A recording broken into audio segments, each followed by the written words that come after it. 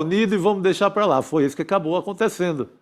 E tem outros personagens dessa história, não sei se a Elo ainda queria comentar especificamente sobre o Toffoli, Elo, mas falando ainda dos desdobramentos desse escândalo, tem governadores, por exemplo, o governador do Distrito Federal, o Ibanez Rocha, está tentando conseguir um empréstimo, né, Elo, bilionário, tá? Não é milionário, não, bilionário, oferecendo 12 imóveis públicos como uma espécie de garantia.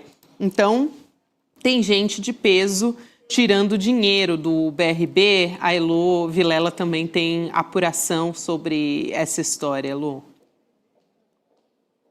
Empréstimo para salvar o BRB, Gabi, tem que ser bilionário mesmo, porque o rombo é bilionário, né? Então não tem muito jeito.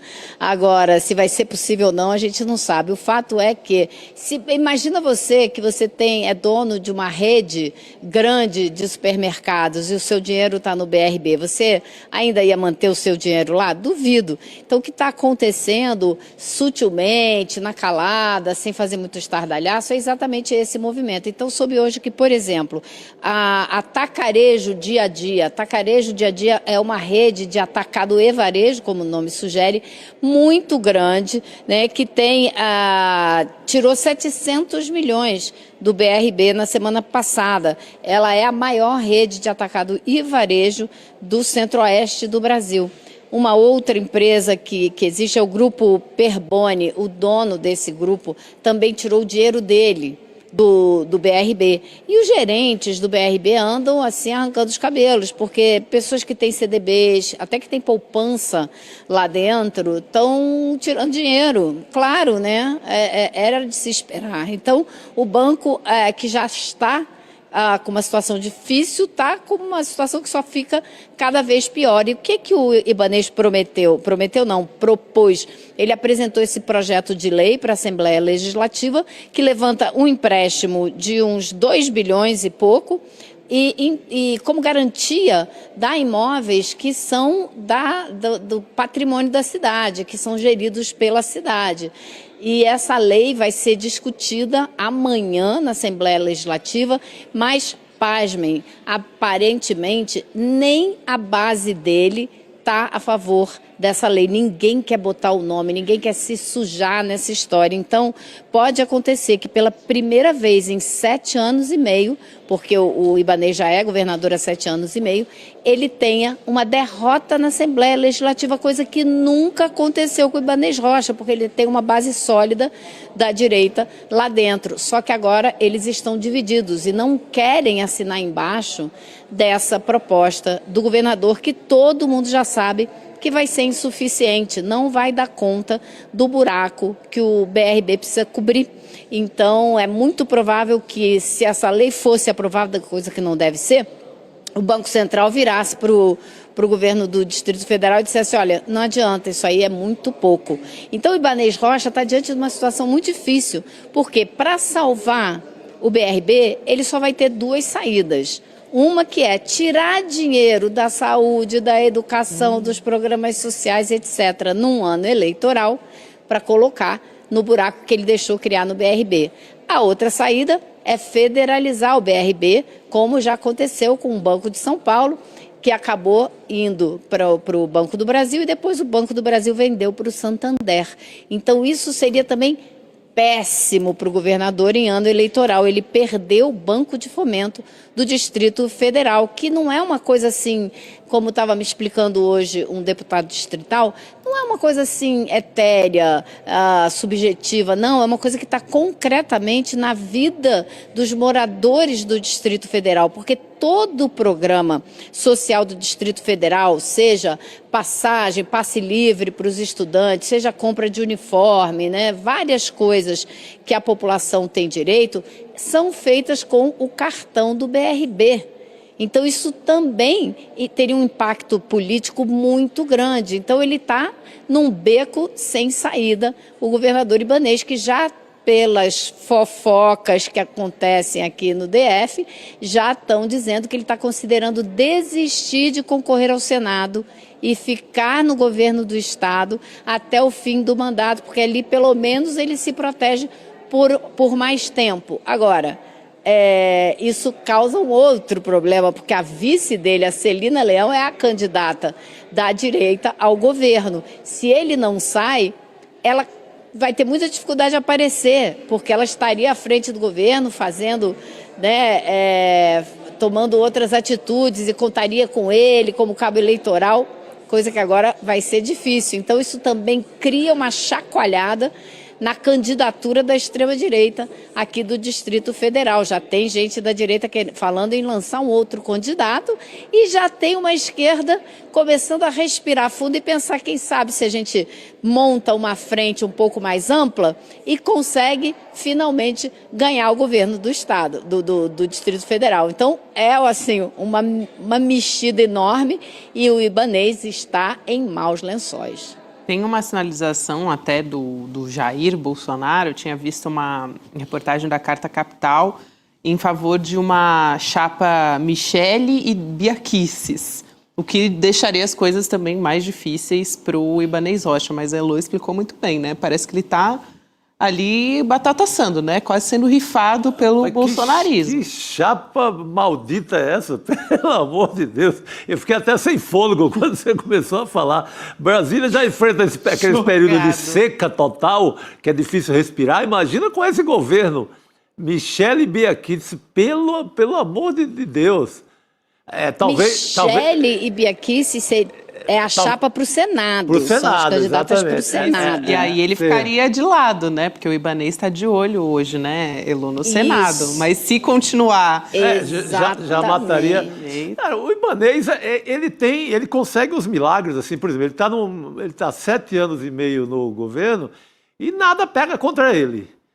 Talvez esses 12 bilhões, de B de bola, bilhões, de negócios com o Master, que leva para o BRB só papéis podres, talvez tenham entendido, a população do DF tenha entendido que está na hora de eliminar esse cara do jogo político de Brasília. Para você ter ideia, Elô, tem a pessoa que tem dinheiro no BRB tem que saber que uma das coisas que o BRB se tornou dono nos últimos dias é o comando de cemitérios em São Paulo, porque eram cuidados, parte dos cemitérios era cuidado aqui por empresas ligadas ao Banco Master, empresas do cunhado do Vorcaro, do Fabiano Zettel, ou Zettel, que é o maior financiador da campanha do Bolsonaro e também o maior financiador da campanha do Tarcísio de Freitas.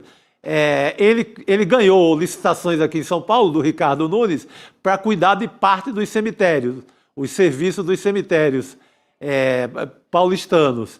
O Banco Master precisou dizer que alguma coisa deles tinha algum lastro, entregou parte desse serviço para o BRB. Então está lá o BRB, o Banco de Brasília, cuidando até de cemitério em São Paulo. Quer dizer, cuidando não, porque ninguém, depois que privatizar esse serviço em São Paulo, tal, Deus dará. Inclusive, né, o de enterrar as pessoas. Não, tá. Pergunta de família que teve que passar por que dependeu desse serviço em São Paulo agora. O primeiro que subiu o preço pela hora da morte, isso literalmente, e o serviço é uma porcaria. Uhum. Por conta desses negócios que esses caras de governos, como o governo Ibanez, fazem. Uhum. Não, você imagina, eu fui para a Bahia antes do Carnaval. Viajei por várias cidades, passei em Salvador, vi placa do BRB em projeto imobiliário lá. Fazendo o quê? Fazendo o quê? O que o Banco de Fomento do Distrito Federal está financiando o projeto lá na Bahia? Não tem nada a ver, né? Então ele se espraiou aí pelo Brasil e agora está com esse rombo todo, porque participou dessa, né? O Ibanez tentou de tudo quanto foi jeito salvar o Master usando o BRB e colocou dinheiro lá dentro, como outros estados a gente sabe que colocaram também, como o Rio de Janeiro, colocou dinheiro da Previdência, Amapá, Alagoas, sabe? Então, assim, muita coisa, muitos tentáculos dessa história do Master e uma delas é o BRB. Agora imagina, você tem uma grana alta lá. Poxa, não é para você assista esse noticiário diário falando que o banco está nessas condições. cheio de papel podre do Master, o que você vai fazer? Você fica desconfiado mesmo. Lógico, claro. Elô, eu queria trazer muito rapidamente, porque a gente tem que, senão não vai dar tempo da gente falar sobre uma treta da extrema-direita, e é lógico que treta a gente quer trazer aqui, né? Por favor, segunda é Além dia de torcer pela briga. Segunda é dia de treta Mas pesada. muito rapidinho, só para a gente fechar o assunto do Banco Master, pode ser que o Daniel Vorcaro não compareça amanhã no Congresso, porque ele já não compareceu à CPMI do INSS hoje. Ok, isso a gente tinha até falado no final da semana passada que era esperado, não ia acontecer. Mas amanhã ele era esperado numa outra comissão, não era isso? Exatamente, ele vinha à Comissão de Assuntos Econômicos do Senado, que é presidida pelo senador Renan Calheiros. E o que acontece? Foi o Vorcaro que ligou para o senador e pediu para falar. Falou com ele 3 vezes, queria falar na comissão. Há uma diferença gigantesca entre ser convocado para uma CPMI e ser convidado e participar de uma comissão como a CAE, a Comissão de Assuntos Econômicos, porque na CPMI, né, você vem como convocado, você tem que responder as perguntas, toda hora nessa CPMI sai alguém preso, ele já está preso, mas não quer uma cena dessas, mais uma cena ruim para ele. Já na CAE, ele tem a oportunidade, ou terá a oportunidade, de apresentar o caso dele, fazer a defesa dele, mandar recado. Muitas coisas podem acontecer se ele vier. Então, hoje mesmo, ele falou com o senador, ele quer participar da sessão, ele ofereceu participar por videoconferência amanhã, ou a vir presencialmente na terça-feira da semana que vem, ou ainda que os senadores sigam para São Paulo para ouvi-lo lá em São Paulo, que eu acho que é uma opção que ninguém aqui no Senado quer, até pelo simbolismo, eles vão lá, viajam para ir lá conversar com ele, não faz o menor sentido. Ele quer apresentar o caso dele, ele que venha aqui e apresente o caso dele. Agora, por que, se ele pode usar a comissão desse jeito, por que a comissão ainda quer ouvi-lo? Porque existem objetivos específicos dessa comissão. Entre eles, é entender exatamente onde foi que a fiscalização do Banco Central dormiu no ponto e deixou o Banco Master acontecer. Esse é um dos objetivos principais do trabalho dessa comissão. E o senador Renan Calheiros acredita que o Daniel Vorcaro, mesmo que não queira falar muita coisa, pode acabar dando alguns indícios a respeito desse ponto central. Então, existe o interesse, sim, de conversar com ele, mas não a ponto de fazer com que todos os senadores viajem até São Paulo. Agora, isso vai ser discutido na abertura da sessão da comissão amanhã, às 10 horas da manhã. Boa, então a gente vai aguardar a partir das 7 horas da manhã, o Panu já vai estar